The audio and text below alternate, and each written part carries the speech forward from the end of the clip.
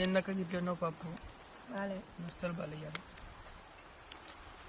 నిజం చెప్పు. నిజంగా నాకు నచ్చలే. నిజం చెప్పు. నిజంగా నాకు నిజంగా నిజంగా నచ్చలే నాకు.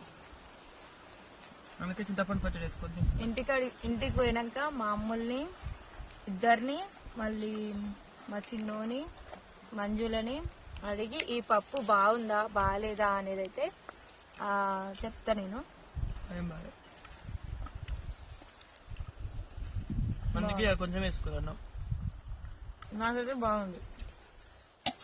దోసకాయ పెసరపప్పు చాలా బాగుంది. వీడు బాగాలేదని తేనె ఎత్తున్నాడు కదా. కొంచెం బాగుంది కానీ మంచి అయితే లేదు. ఇదేమైనా చికెన్ అనుకున్నావా మటన్ అనుకున్నావా?